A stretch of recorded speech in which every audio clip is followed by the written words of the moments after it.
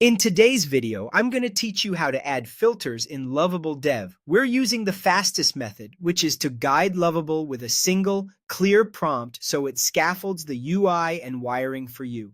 Start by opening your project in Lovable. In the prompt box, you're going to describe exactly what you want.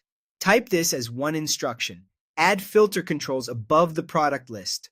Category dropdown, price range slider, search input, sort by newest, price, popular, clear filters button. Update results instantly, then run the prompt. Lovable will generate a compact filter bar right above your product list.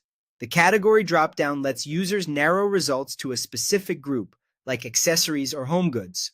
The price range slider adds two handles so people can set a minimum and maximum price without typing. The search input provides quick keyword filtering across product names or descriptions.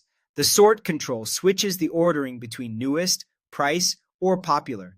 And the clear filters button resets everything back to the full list in a single click.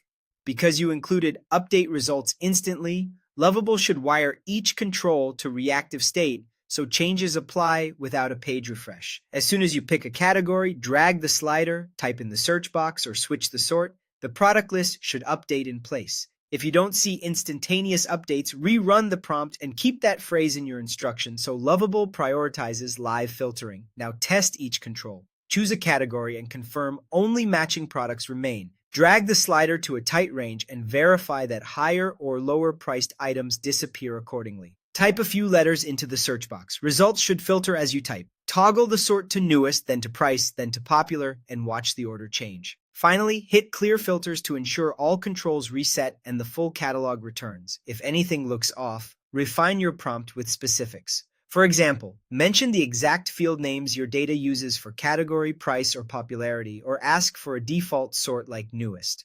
You can also request placeholder text for the search input, custom labels for accessibility, or a compact layout if space is tight. The key is to keep all requirements in one concise prompt, so Lovable updates the existing UI rather than creating duplicates. That's it. One focused instruction, instant filter controls, and a smoother shopping experience.